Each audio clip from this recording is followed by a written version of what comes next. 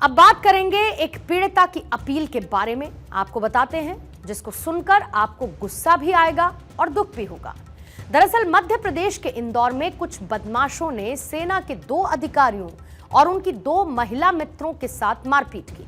उसमें से एक महिला के साथ गैंगरेप भी किया गया। साथ ही सेना के एक अधिकारी को बंधक बनाकर 10 लाख की फिरौती भी मांगी गई। पुलिस के आते ही ये हैवान वहां से फरार हो गए थे और पुलिस ने इस मामले में 6 लोगों को गिरफ्तार किया। लेकिन घटना के बाद से ही गैंगरेप पीड़िता सदमे में है, ट्रॉमा में है। उन्होंने पुलिस से मांग की है कि या तो मुझे गोली मार दो, नहीं तो बदमाशों को गोली मारो।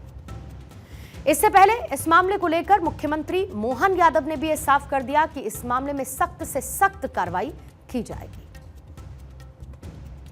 हमारी त्वरित कार्रवाई के बलबूते पर कल भी हाथों हाथ वहाँ कुछ लोगों पे जो ढंग से घटना घटी थी पकड़ने का भी प्रयास किया है और आज भी बाकी शेष बचे आरोपी को भी हमने पकड़ा है। सरकार ऐसे मामले में बहुत सख्त है, कोई भी गलती करेगा हमारे लिए बचेगा नहीं और कानून अपना काम करेगा।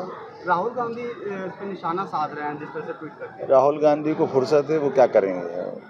उनको तो उनकी सरकारों के अंदर क्या हो रहा है उनको कलकत्ता में दिखता नहीं, बाकी बात करते नहीं है।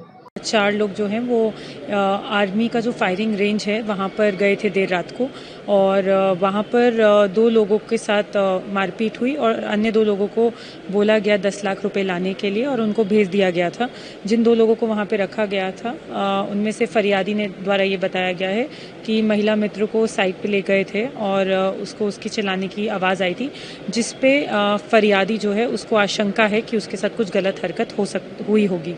और इसमें टोटल जो है 6 आरोपी हैं जिनके नाम पुलिस को पता लग चुके हैं और उसमें से 2 लोगों का अरेस्ट भी हो चुका है। पुलिस अभी भी लगातार 4 लोग जो बचे हैं उनका प्रयास कर रही है उनको पकड़ने का और उस पर भी जल्दी कार्रवाई कर लेगी।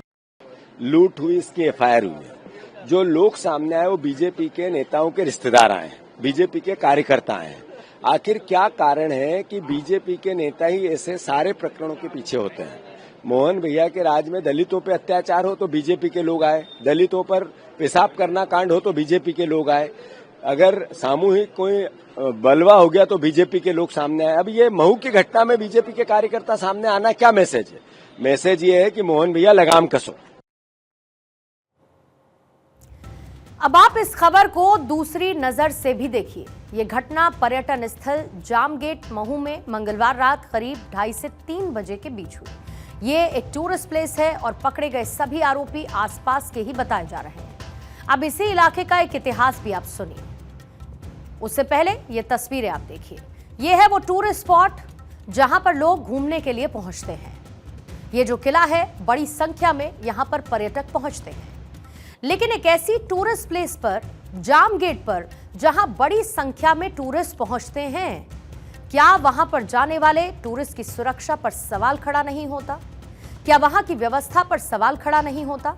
और एक टूरिस्ट प्लेस पर इतने लोगों की मौजूदगी के बीच इस तरीके के अपराध को अंजाम देने की हिम्मत बटोरना, एक अपराधी के लिहाज से भी आप इसको समझिए। देश में करोड़ों लोग ऐसे हैं जो कि अलग अलग टूरिस्ट स्पॉट पर जाते हैं, जिसमें से एक ये भी टूरिस्ट स्पॉट है। लेकिन इस तरीके के टूरिस्ट स्पॉट पर जहां पर पर्यटक पहुंचते हैं अपने परिवार के साथ, अपने दोस्तों के साथ, अपने जानने वालों के साथ, अगर वहां पर इस तरीके की घटना होती है तो उनकी सुरक्षा की जिम्मेदारी आखिर किसकी है? इतिहास बता देती हूं, क्योंकि करीब 9 साल पहले इसी जामगेट से लगभग 30 से 40 किलोमीटर दूर कजलीगढ़ के किले में भी ऐसे ही एक गिरोह का पता चला था, जिसने 45 से ज्यादा महिलाओं के साथ गैंगरेप की वारदात को अंजाम देने की बात कबूली थी। ये बदमाश अक्सर उन्हीं लड़कियों को अपना शिकार बनाते थे जो अपने पति या फिर बॉयफ्रेंड के साथ यहां पर पहुंचती थी और सुनसान जगहों पर घूमने निकल जाती थी। दोनों को अकेला पाकर पहले तो हथियारों की नोक पर बदमाश उन्हें धमकाते, मारपीट करते, लूटपाट करते, फिर उसके बाद लड़के को मार पीट कर काबू में करने के बाद उसके सामने लड़की के साथ ज्यादती करते थे। बहुत से मामलों में इस गैंग के बदमाशों ने लड़कियों के साथ ज्यादती करने के बाद उनके कपड़े तक नहीं लौटाए और बदमाशों के चले जाने के बाद ऐसी लड़कियों ने आसपास रहने वाले ग्रामीणों से कपड़े मांगकर पहने। इतना ही नहीं, गैंगरेप और लूटपाट के साथ ही वो अपनी पकड़ में आए जोड़े के मोबाइल फोन, उनका सिम कार्ड तक निकालकर उनके सामने तोड़ देते, ताकि उनके चंगुल से छूटने के बाद वो फौरन मदद के लिए किसी से भी बात नहीं कर सके। इससे कजलीगढ़ किले के सुनसान खंडहर और यहाँ के घने जंगलों की ओट इन बदमाशों के लिए छिपने के लिए मुफीद जगह साबित हुई। अब बीते मंगलवार को हुई घटना ने इस इलाके का ये इतिहास याद करा दिया। ये वारदात ठीक उसी तरीके से हुई जैसे कि उस वक्त हुई थी। टूरिस्ट इलाका, महिला और पुरुष और आसपास के लोगों ने इन्हें अपना शिकार बनाया। पुलिस को अब ये चाहिए कि हर एंगल से इसकी जांच करे। सरकार को ये चाहिए कि टूरिस्ट प्लेस को सिर्फ सरकार का खजाना भरने की मशीन ना समझा जाए, बल्कि इन जगहों पर सैलानियों की सुरक्षा भी सुनिश्चित की जाए, ताकि आगे ऐसा जघन्य अपराध जिसका सामना किसी को ना करना पड़े और सरकार सिर्फ सख्त एक्शन लेने की बात कहकर अपनी जिम्मेदारी से पल्ला ना झाड़े।